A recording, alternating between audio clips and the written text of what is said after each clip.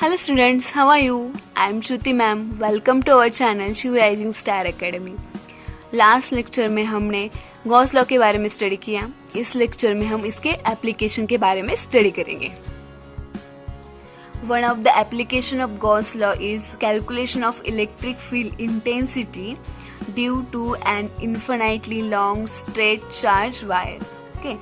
Infinitely long straight charge wire की वजह से जो इलेक्ट्रिक फील्ड प्रोड्यूस होगी इसको हम फाइंड कर लॉ अप्लाई करके. तो हमारे पास एक पॉजिटिवली चार्ज वायर है और इसकी वजह से जो इलेक्ट्रिक फील्ड प्रोड्यूस होगी उसको हम फाइंड करेंगे और उसको कैलकुलेट करेंगे. जब चार्ज डिस्ट्रीब्यूशन किसी लेंथ के ऊपर होता है तब हम टोटल चार्ज कंसेप्ट नहीं यूज करते. हम चार्ज पर यूनिट लेंथ, जो यूनिट लेंथ के लिए कितना चार्ज अवेलेबल है, यहाँ पे जो यूनिट लेंथ में कितना चार्ज अवेलेबल है उसको पर चार्ज पर यूनिट लेंथ कहते हैं और वही टर्म हम यहाँ पे यूज करते हैं, charge per unit length. Okay. और चार्ज पर यूनिट लेंथ के लिए जो सिंबल होता है वो लैम्बडा होता है और उसको हम लीनियर चार्ज डेंसिटी कहते हैं. That is lambda is linear charge density. तो हमारे इन्फिनाइटली लॉन्ग स्ट्रेट वायर है पर पेपर पे हमने इसका इतना ही पार्ट लिया है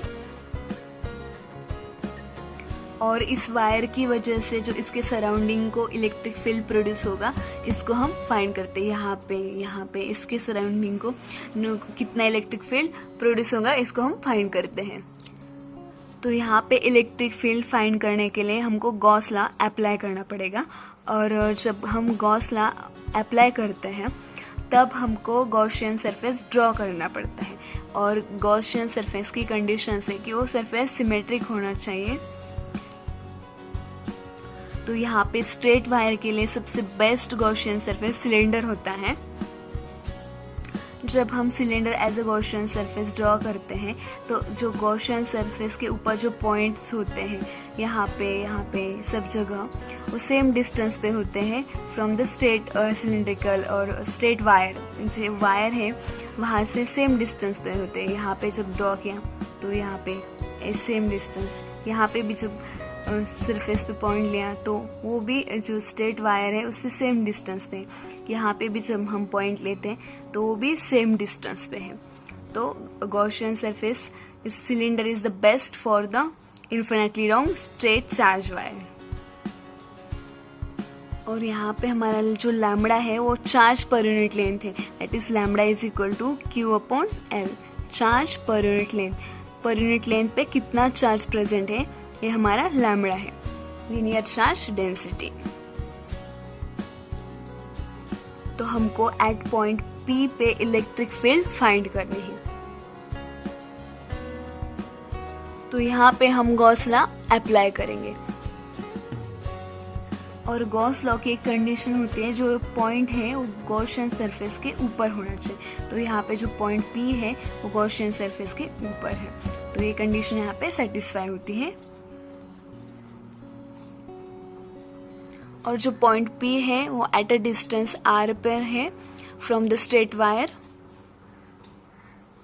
तो यहाँ पे जो इलेक्ट्रिक फील्ड की डायरेक्शन है वो ऐसे आउटवर्ड है. यहाँ पे ऐसे आउटवर्ड, यहाँ पे ऐसे आउटवर्ड डायरेक्शन होती है इलेक्ट्रिक फील्ड की.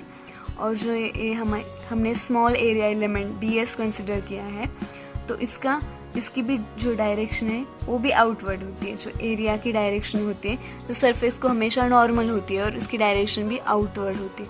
सो जो इलेक्ट्रिक फील्ड की डायरेक्शन है वही डायरेक्शन एरिया एलिमेंट की है. बोथ की डायरेक्शन सेम है. इसकी वजह से जो इनके बीच जो इलेक्ट्रिक फील्ड और जो एरिया है इसके बीच जो एंगल बढ़ेगा उस एंगल होगा क्या होगा 0 डिग्री एंगल होगा. Okay. On a curve surface, जब कर्व सरफेस पे इलेक्ट्रिक फील्ड और एरिया वेक्टर जो नॉर्मल एक दूसरे को पैरेलल है तो इसके बीच जो एंगल होगा वो क्या होगा 0 डिग्री होगा. जो है टॉप का सरफेस है वहाँ पे जो इलेक्ट्रिक फील्ड की डायरेक्शन है तो इसकी डायरेक्शन आउटवर्ड होगी और जो यहाँ पे जो एरिया की डायरेक्शन है एरिया वेक्टर, तो यहाँ पे एरिया वेक्टर हमेशा नॉर्मल होता है, जो सरफेस है उससे नॉर्मल होता है.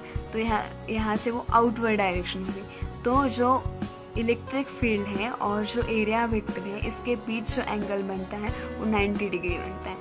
अपर टॉप पे और बॉटम की टॉप पर भी वैसा ही होता है। जो एरिया वेक्टर और जो इलेक्ट्रिक फील्ड है, इन दोनों के बीच 90 डिग्री एंगल होता है। ओके, और जो कर्व सरफेस है वहाँ पे जो एरिया वेक्टर और इलेक्ट्रिक फील्ड है, इन दोनों के बीच जो एंगल बनता है वो 0 डिग्री होता है, because both are in same direction. और यहाँ पे जो एक दूसरे को परपेंडिकुलर डायरेक्शन में होते हैं। जो total electric field due to a Gaussian surface है वो E close integral E bar dot D S पा। ओके, जो गॉसियन सरफेस की वजह से जो इलेक्ट्रिक फील्ड है वो क्या है, close integral E bar dot D S पा। ओके, ये total integral total electric field है।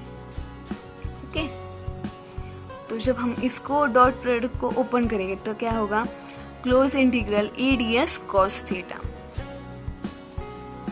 तो यहाँ पे जो 3 सरफेस है 1, 2 और 3, ये तीनों सरफेस का इलेक्ट्रिक फील्ड जब ऐड होगा तब वो वहाँ जाके वो टोटल इलेक्ट्रिक फील्ड बनेगा। That is close integral E bar dot D S पा, because of the curve surface, top flat surface और बॉटम फ्लैट सरफेस। ओके, ये हमारा कर्व सरफेस है, एक टॉप फ्लैट सरफेस है और एक बॉटम फ्लैट सरफेस है। इन तीनों का इलेक्ट्रिक फील्ड जब ऐड होगा तब हमको क्या मिलेगा, टोटल इलेक्ट्रिक फील्ड। यहाँ पे electric field E D S cos theta due to a curve surface plus electric field due to a top flat. Okay, इसकी वजह से E D S cos theta plus electric integration E D S cos theta due to a bottom flat. तो यहाँ पे जब curve surface है वहाँ पे थीटा की वैल्यू 0 है और कॉस 0 क्या होता है 1। इसकी वजह से integral E D S that is E हमने आउटसाइड लिया, इंटीग्रेशन डी एस। जब हम टॉप फ्लैट सरफेस कंसिडर करेंगे वहाँ पे जो थीटा की वैल्यू है 90 डिग्री है और कॉस 90 क्या होता है 0 होता है। यहाँ पे भी जब हम बॉटम फ्लैट सरफेस कंसिडर करेंगे वहाँ पे थीटा क्या है 90 डिग्री, तो कॉस 90 क्या होता है यहाँ पे भी 0। तो ये दोनों क्या हो जाएंगे 0 हो जाएंगे। That is E integration D S plus 0 plus 0। Okay, और हमको पता है curve surface area of cylinder क्या होता है 2 पाई आर एच। यहाँ पे एच जो हाइट है यहाँ पे कितनी है एल, जो इस स्ट्रेट वायर है उसकी हाइट कितनी है एल, तो एच की जगह यहाँ पे हम एल पुट करेंगे। दैट इज ई इंटू जो कर्व सरफेस का टोटल एरिया है, इसको इंटीग्रेट किया ना हमने। ओके, डी एस जो स्मॉल पार्ट का एरिया है और जो इसको इंटीग्रेट करेंगे तो हम इसके पूरा कर्व सरफेस है, इस पूरे कर्व सरफेस का एरिया हमको मिलेगा। That is 2 pi R H, that is 2 pi R L E into 2 pi R L.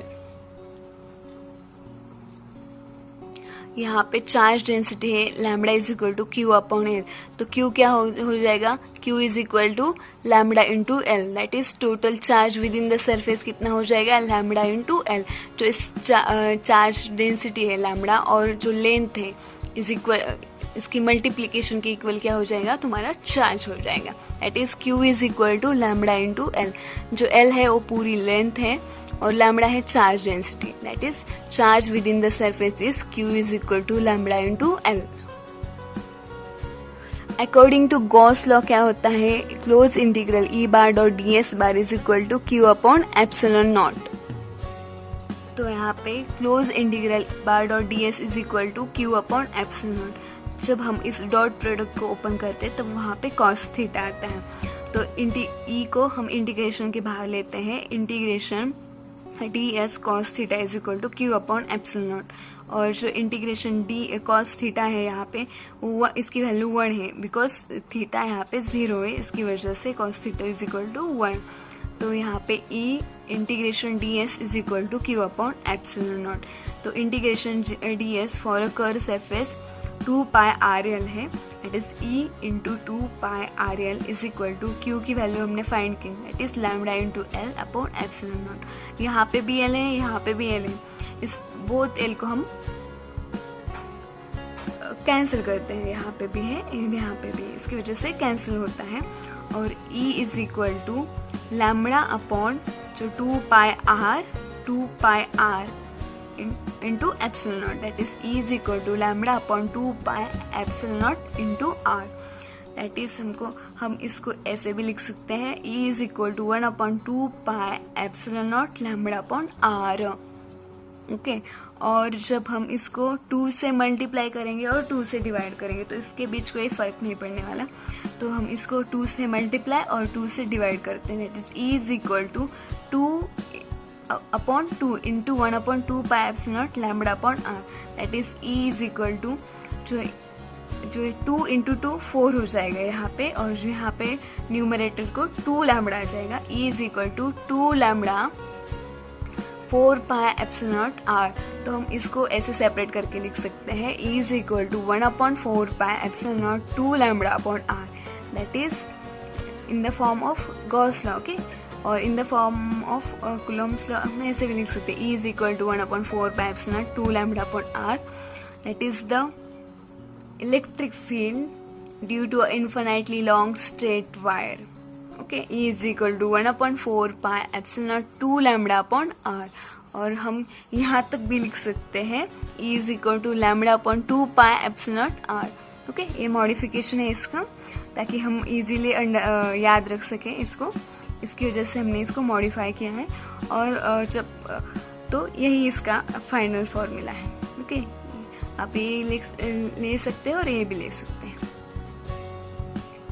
अगर ये वीडियो आपको अच्छी लगी तो लाइक कीजिए, शेयर कीजिए और सब्सक्राइब कीजिए. Thanks for watching.